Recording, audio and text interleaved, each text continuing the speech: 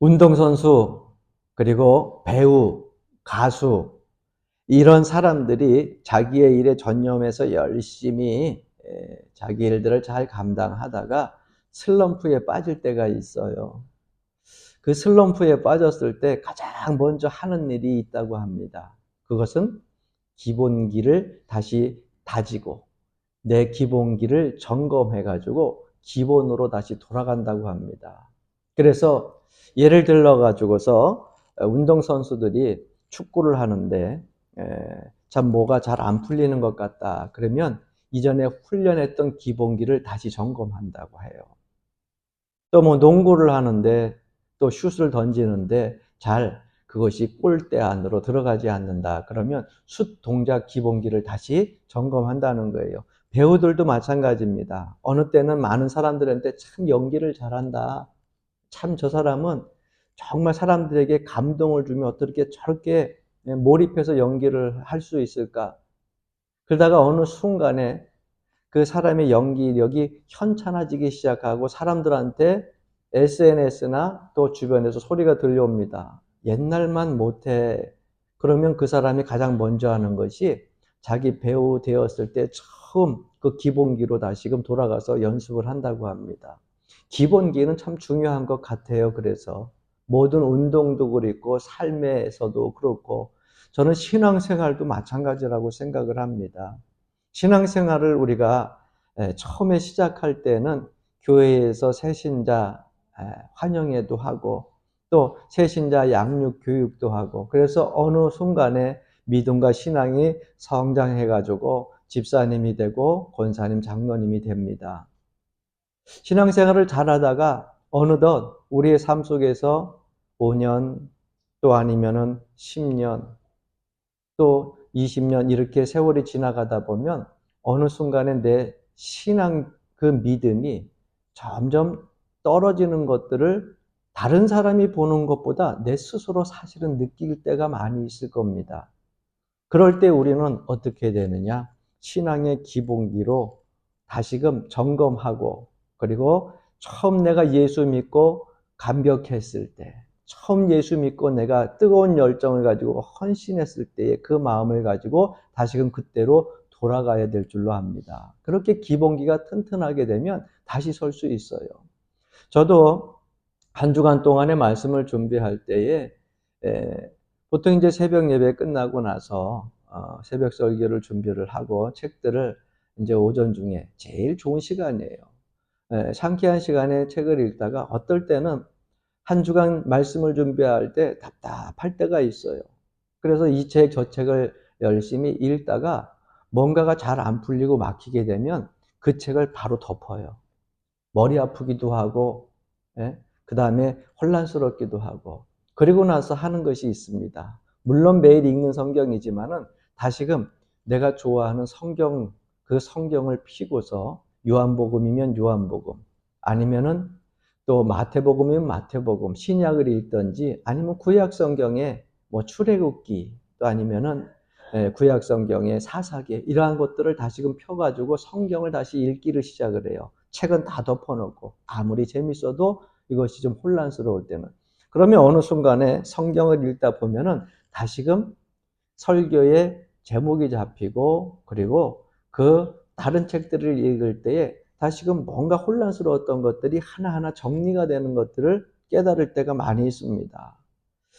그러니까 우리가 신앙생활 할 때에도 좀 뭐가 좀 내 신앙의 생활에 있어서 뭐 잘 안 풀리는 것 같다 그러면 여러분 기본기로 다시 돌아가면 돼요.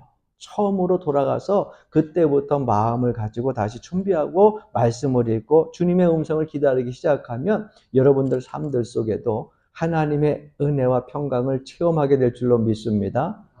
오늘 우리가 읽은 이 에베소서라고 하는 이 성경은 성도가 어떤 존재이고 교회가 어떤 존재인지 그리고 성도로서 이 세상을 어떻게 살아가야 되는지에 대해서 1장부터 6장까지 쭉 말씀이 기록되어져 있어요. 그래서 내가 성도인데 내가 교회 안에서 어떤 존재고 내가 성도인데 세상 안에서 어떤 존재인가 어떻게 살아가야 되는가 그런 것이 조금 의문이 되고 궁금할 때는 에베소서를 여러분 펴서 에베소서를 읽으면 됩니다.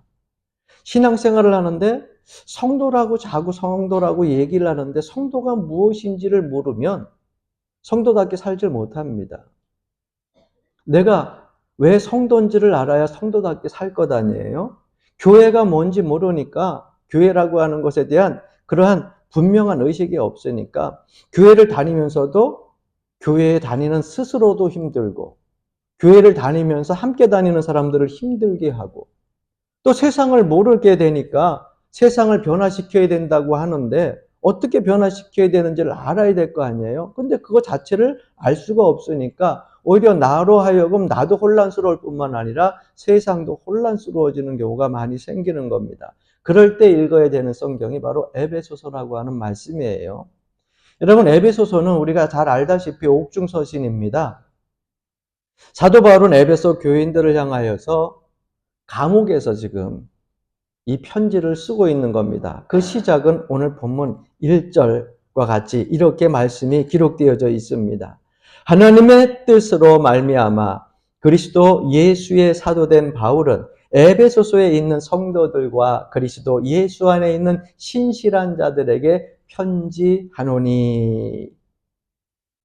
성도들과 신실한 자들에게 편지한다 이렇게 기록되어져 있는데 얼핏 보면은 두 부류의 사람들에게 편지를 하는 것 같아요. 성도들하고 그리고 또 신실한 자들에게 이렇게 따로따로 편지하는 것처럼 그렇게 두 부류에게 편지하는 것처럼 기록이 되어졌는데 사실은 이거는 정관사로 하나로 묶어가지고 사도 바울이 성도이면서 동시에 신실한 자들에게 편지하노니 이러한 말씀과 같아요. 그러니까 두 부류가 아니라 성도이면서 신실한 사람들, 그냥 이름만 성도가 아니라 성도로서의 존재를 알고 내가 왜 성도인지, 성도로서 어떻게 살아가야 되는지, 교회에서 내가 어떠한 삶의 모습을 가지고 살아가야 되는지, 세상에 어떤 그러한 변화를 주면서 살아가야 되는지 신실한 그러한 사람들에게 편지한다고 사도 바울은 말하고 있습니다. 여러분, 성도는 무엇보다도 신실해야 됩니다. 하나님을 의지하고 그리고 신뢰하고 더 나아가서는 나 자신과 주변의 모든 사람들에게 있어서도 하나님 보시기에도 신실한 삶을 살아야 될 줄로 믿습니다.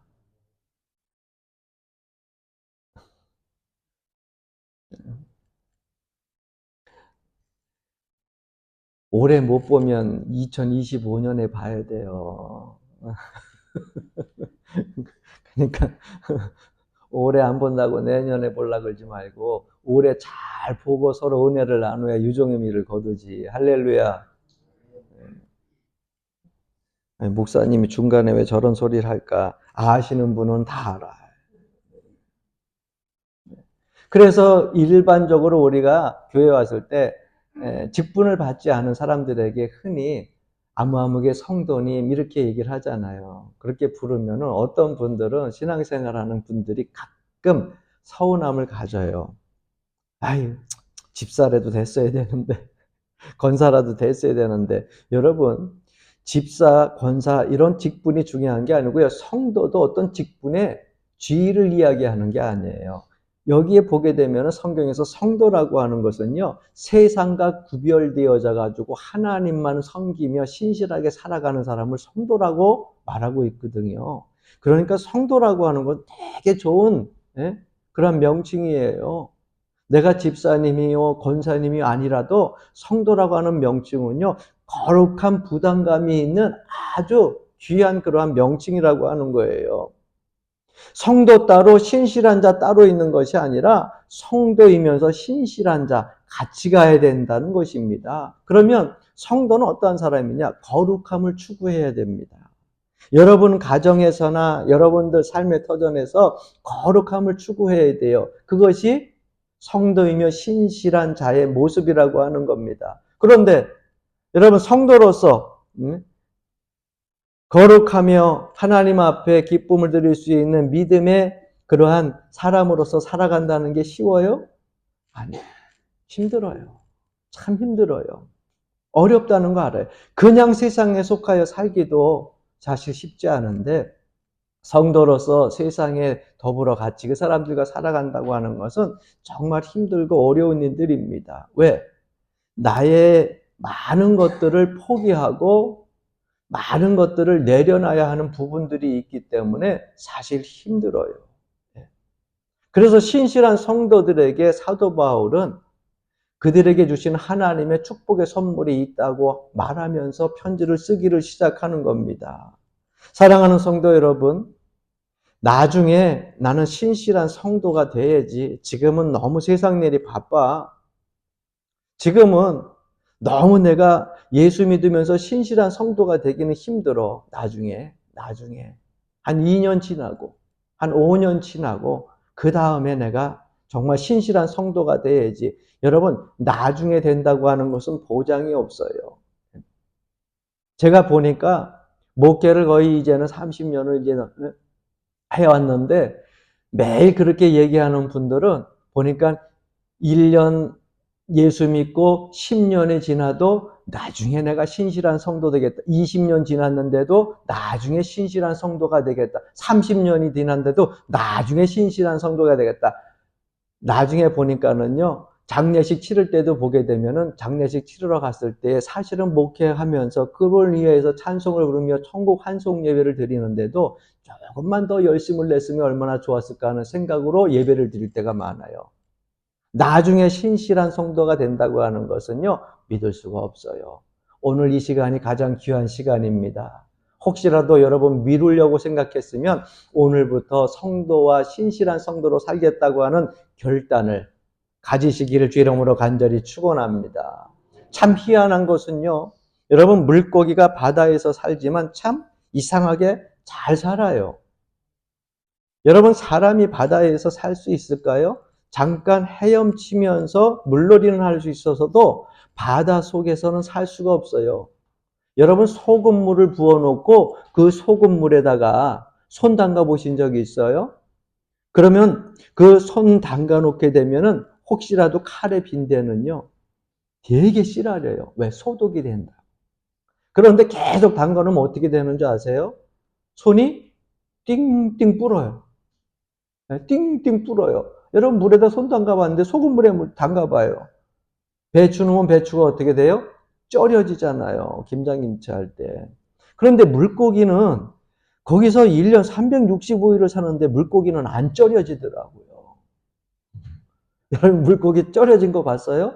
오히려 생선을 잡아가지고 와서 그 생선 썩을까봐 거기다 뭐 뿌려요? 소금 뿌리죠. 그래서 자반고등어. 네? 거기다 소금을 또 뿌리잖아요. 물고기가 바다에 살아있는데 왜? 그 살아있는 가운데서도 고기가 소금물에 절여져가지고 엄청 짜야 되잖아. 그런데 짜지지 않잖아요. 예? 짰으면 여러분들이 거기다가 소금 뿌리고 간장 뿌려서 먹겠습니까? 아니죠. 물고기가 바닷물, 소금물 그 가운데 살지만 쪄려들지 않고 거기에 예? 다 녹아내지, 쪄려들지 않듯이 우리가 세상에 살아갈 때도 마찬가지입니다. 우리 그리스도인들은 신실한 성도로서 살아가는데 이 세상이 여러분 생각을 해보십시오. 바닷물과 같은 곳이에요. 그런데 그곳에 살면서도 신실한 그리스도인으로 충분히 살 수 있다고 하는 겁니다. 바닷물이 오염되지 않는 이유가 있다고 해요. 그 오염되지 않는 이유는요, 강물보다 덜 오염이 되는 것은요, 약 3.5%의 바닷물에 소금물이 있다는 거예요. 그래서 여러분 바닷물 찍어서 먹어보면 엄청 써요. 아니, 엄청 짜요. 그래서 그 짠물이, 야, 소금을 이게 많이 넣었나 그러는데, 전체 중에 3.5%밖에 안 된대요, 바닷물에 소금이. 그런데 그것으로 인하여 가지고 바닷물은요, 크게 오염되지 않는 겁니다. 우리 이 땅에 사는 그리스도인들이 과연 몇 프로가 될까요? 우리나라도 흔히 얘기하기에는 벌써 한 25% 정도 이야기를 하잖아요. 그래서 4명 중에 아니면 5명 중에 하나, 적어도 20% 정도.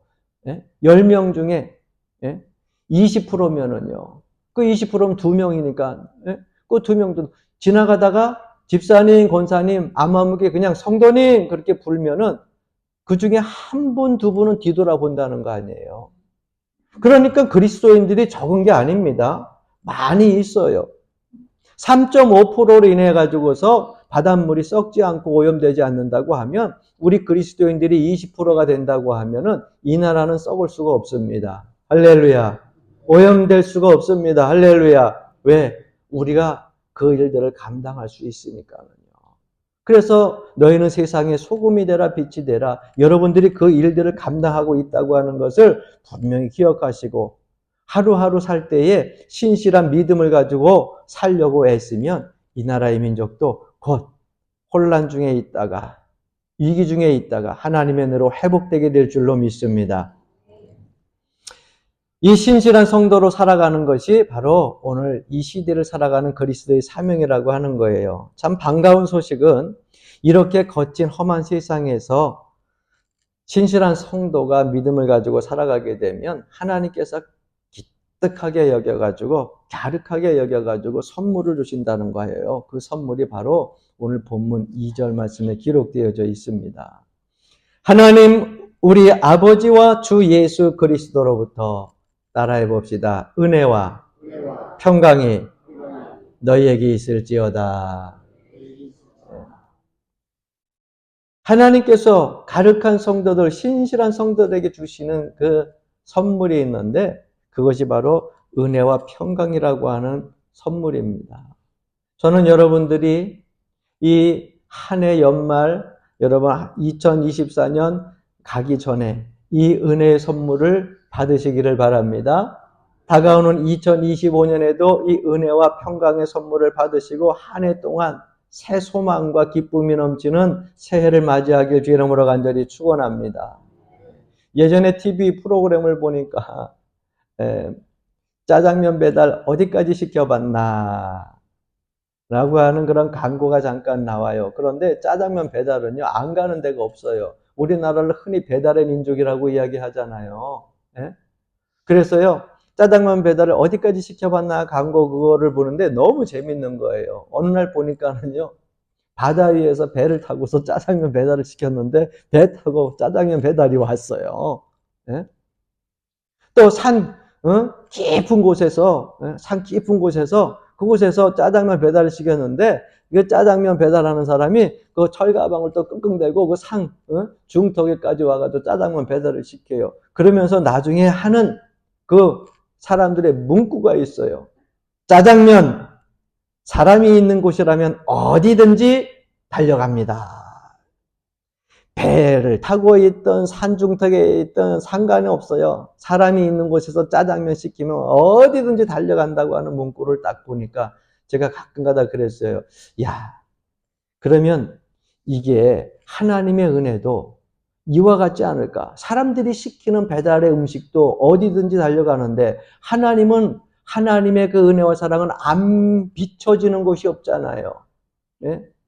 그러니까 그 문구를 좀 바꿔보자 하는 생각이 들어왔어요. 신실한 성도가 있는 곳에는 하나님의 은혜와 평강이 어디든지 달려갑니다. 할렐루야. 여러분들이 산속 중턱에 있어도 하나님의 은혜와 평강은요, 그곳까지 갑니다. 바닷속 깊은 곳에 있을지라도 하나님의 은혜와 평강이 거기까지 갑니다. 극심한 슬픔과 낙심에 절망에 잠겨 있는 여러분 구석에 앉아 있는 그런 침울한 방에도 하나님의 은혜와 평강은 찾아갑니다. 장소 불문하고 찾아오는 것이 바로 하나님의 은혜와 평강이에요. 그러니 우리는 이것을 하나님의 선물이라고 하지 않을 수 없습니다. 그래서 필립 얀시라고 하는 사람은 은혜에 대해서 이렇게 말을 하고 있습니다. 하나님의 은혜는 우리가 아무리 깊이 가라앉아도 거기까지 찾아옵니다. 동시에 은혜는 우리를 그 자리에 두지 않고 새로운 고지로 이끌어줍니다. 이렇게 고백을 하고 있어요. 여러분, 그래서 우리가 세상을 살면서도 주변에서 흔히 볼 수 있는 장면들이 있지 않습니까? 저 사람은 참 왕의 자리나 아니면은 권력의 자리나 부유한 자리나 또한 모든 사람들에게 인기를 얻는 그런 인기, 명예, 절정의 자리에 있음에도 불구하고 그 사람을 보게 되면 행복해 보이지가 않아요. 그 사람을 보게 되면 뭔가 허무한 모습들이 그 삶 속에서나 얼굴이나 그 사람 이야기 속에서 드러나게 됩니다. 저 사람은 돈이 많아서 행복할 것 같은데, 저 사람은 세상 뭐 가진 거 모든 거 다 가져가지고 너무너무 행복할 것 같은데 행복하지가 않아요. 그 마음에 평안이 없고 그 마음에 은혜가 없기 때문에 그래요. 그런데 하물며 작고 비천한 곳에 있는 사람들, 없고 힘들게 사는 사람인데도 불구하고 그 사람들은 얼굴을 보게 되면 항상 천사와 같아요. 그 사람을 보게 되면 참 힘들고 어려워서 긍휼한 마음이 가는데도 그 사람 얼굴을 보면 내가 오히려 은혜를 받아요.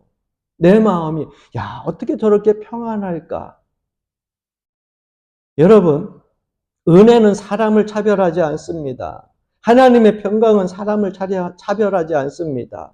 하나님은 신실하게 하나님을 의지하고 믿는 사람들에게 은혜와 평강을 허락해 주시기 때문에 그것은 빈부하고 상관이 없어요.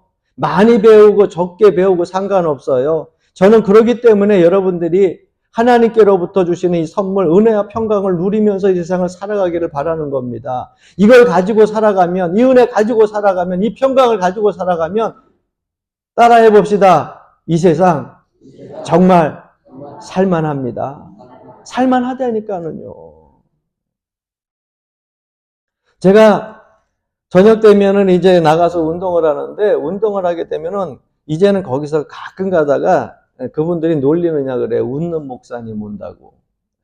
그래서 왜 내가 웃는 목사님 운동할 때 처음에는 되게 기분이 나빴대요. 그래서 왜 기분이 나빴어요? 했더니 상대편에 놓고서 게임을 하는데 이제 목사님이 조금 운동을 잘 하니까는 운동을 하면서 요렇게 저렇게 치는데 저기서 받지를 못하면은 비웃는 것 같아가지고 기분이 나빴는데 알고 보니까 그게 아니고 목사님 처음부터 끝까지 그냥 긁다가 가시니까 목사님 보면 기분이 좋대. 그래서 그냥 웃는 목사님 부르고 싶대. 그러면 에이, 그러면 고맙죠. 여러분 그래요. 우리의 삶 속에 있어서 뭐 삶에서 부족한 것 따지면 한없이 부족한 것이 얼마나 많겠습니까? 모자란 것 따지면 얼마나 모자란 것이 많습니까? 그러나 사도 바울이 고백하기를 내가 자족하기를 배웠는데 예수 그리스도 안에서 자족하기를 배웠으니 할렐루야. 그러면요 이 세상 정말 살만하다니까는요. 그 가운데 주시는 은혜와 평강보다 더 큰 선물이 어디 있겠습니까?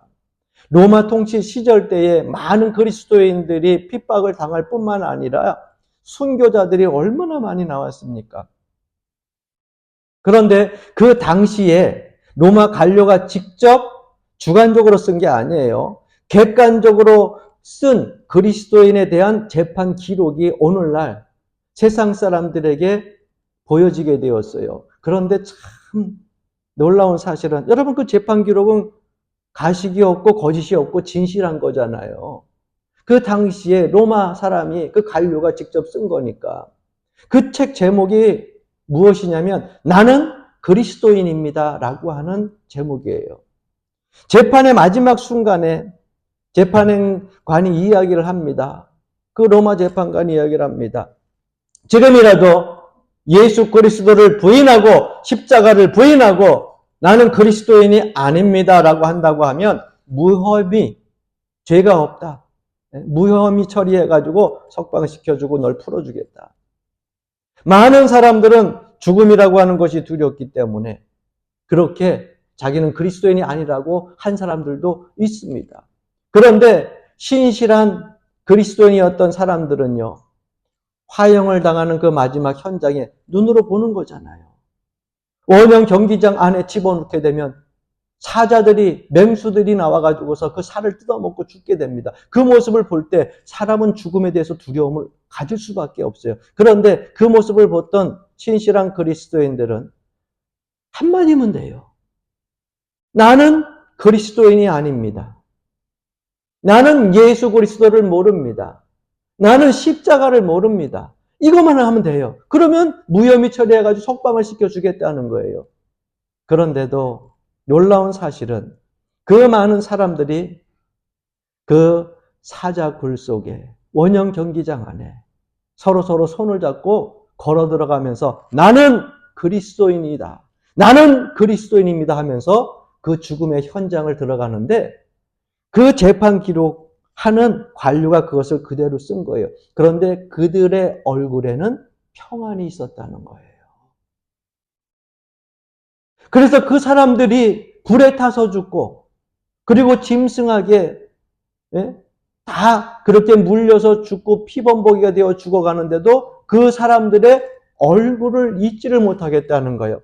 자신 있게 나는 그리스도인입니다 하면서 죽음의 길을 향하여서 들어가는 그 사람들에게는 두려움보다 평안이 있었다는 거예요. 평강의 모습이 있었다는 거예요. 그러니 그것을 본 관료들이 집에 가서 잠이 오느냐, 물려 뜯겨 죽은 그 사람들 모습이 끔찍해서 잠이 안 오는 것이 아니라 그 사람들이 그렇게 당당하게 그리스도인이다 얘기하고 들어가는 그 사람들의 평안한 얼굴을 떠올리니까 도저히 잠이 안 오더라는 거예요.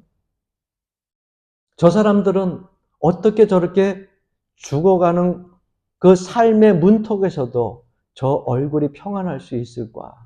저들이 믿는 예수 그리스도는 과연 어떤 분위기에 저 정도로 저렇게 두려움 없이 평안한 마음을 가질 수 있을까?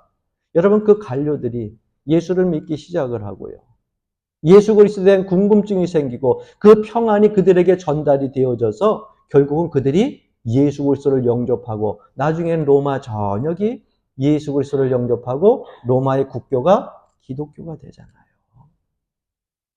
사랑하는 성도 여러분, 하나님은 우리가 어떤 상황에 있어도 은혜와 그리고 평강이라고 하는 선물을 우리에게 주십니다. 이 두 가지 선물은 성도가 있는 곳이라고 하면 어디든지 찾아간다고 하는 사실을 잊지 마시기를 바랍니다. 높은 산이 거친 들이 조막이나 궁궐이나 내 주 예수 모신 곳이 그 어디나 어디라고요? 하늘나라. 할렐루야. 아멘. 여러분, 하나님이 주시는 은혜와 평강은요, 높은 산도 찾아가고요, 초막에도 찾아가고요, 거친 들에도 찾아가서 그 성도들을 붙잡아 주시는 겁니다. 사도 바울이 지금 이렇게 평안한 편지를 쓰는 것이 따뜻한 안방이나 사무실에 앉아가지고 쓰는 것이 아니에요. 어디에서 쓰는 거예요? 앞에 말씀드렸다시피 옥중서신이니까 차가운 바닥, 그 옥에서. 우리나라 지금 감옥은요, 그래도 우풍이라도 없지 다 벽으로 막아놨지. 빌립보에 있는 감옥을 가보니까는요, 그냥 여러분 아시죠? 이렇게 쇠창살, 사람이 빠져나가지 못할 정도로 쇠창살만 있고 이렇게 그냥 산 밑에 굴 하나 파인 거야. 찬바람이 저절로 들어오고 바닥이 다 여러분 뭐예요? 그냥 바위야, 바위. 얼마나 추웠겠어요. 그런데 그곳에서 지금 에베소 교인들에게 이 편지를 쓰고 있는 거예요. 오히려 밖에 있는 사람들이 은혜와 평강으로 위로를 해줘야 되는데 사도 바울은 옥중에서 서신을 써서 옥중 서신인데 그것이 저는 옥중 서신이라고 얘기하고 싶지 않아요. 주 안에서 쓴 주중 서신이야. 하나님의 은혜와 평강을 그 감옥에서도 누렸기 때문에 이 감옥 안에서 있어도 은혜와 평강이 그 마음속에 가득 차기 때문에 내가 주 안에 주님이 내 안에 있기 때문에 그 가지고 있는 은혜와 평강을 지금 누구에게 전달을 해주고 있어요? 까꾸루야, 까꾸루. 밖에 있는 사람이 은혜와 평강을 줘야 되는데 감옥에 있는 찬바닥에 앉아있는 사도 바울이 오히려 에베소 교인들에게 은혜와 평강을 지금 전해주고 있는 거예요. 주 안에 있는데 내가 감옥에 있든 내가 아니면 산중에 있든 거친 들에 있든 힘든 그런 상황에 자리에 있든 뭔 상관이 있어요. 내가 주 안에 있는데 그 안에서 얻은 하나님의 선물 그 평강은 누구도 빼앗아 갈 수 없기 때문에 다른 사람들에게 줄 수 있다고 하는 겁니다. 이 하나님이 주시는 은혜와 평강을 맛보았는데 어떻게 여러분 평안한 마음을 못 누리겠습니까? 어떻게 기쁨으로 이 자리를 살아가지 않겠습니까? 여러분, 그러므로 우리의 삶 속에 있어서 신실한 성도는 어디에 있는가가 중요하지 않아요. 내가 있는 자리가 좋고 나쁘고 어디에 있는가 중요하지 않아요. 누구 안에 있는가가 중요해요. 여러분, 예수님 안에 거하시기를 바랍니다. 하나님의 풍성하신 그 품 안에 거하시기를 바랍니다. 그러면 여러분 마음에도 하나님의 은혜와 평강이 찾아갑니다. 감옥에 있는 사도 바울에게 찾아가서 그 사도 바울이 풍성한 은혜와 평강을 감옥에서도 에베소 교인들에게 전할 수 있듯이 우리도 하나님의 은혜와 평강을 풍성하게 받아 여러분 자녀들에게, 지인들에게, 이 지역 주민들에게 전달해주고 나눠줄 수 있는 것입니다. 저는 이 마지막 송년주일 여러분들이 하나님의 은혜와 평강을 간직하고 절대 빼앗기지 않고 살아가시기를 바랍니다. 하나님이 보내신 두 천사가 우리에게 주시는 은혜와 평강을 여러분들이 선물로 받으시고 그 선물을 통하여서 이 세상을 바꾸고 변화시키는 귀한 믿음의 성도들 되기를 주님의 이름으로 간절히 축원합니다.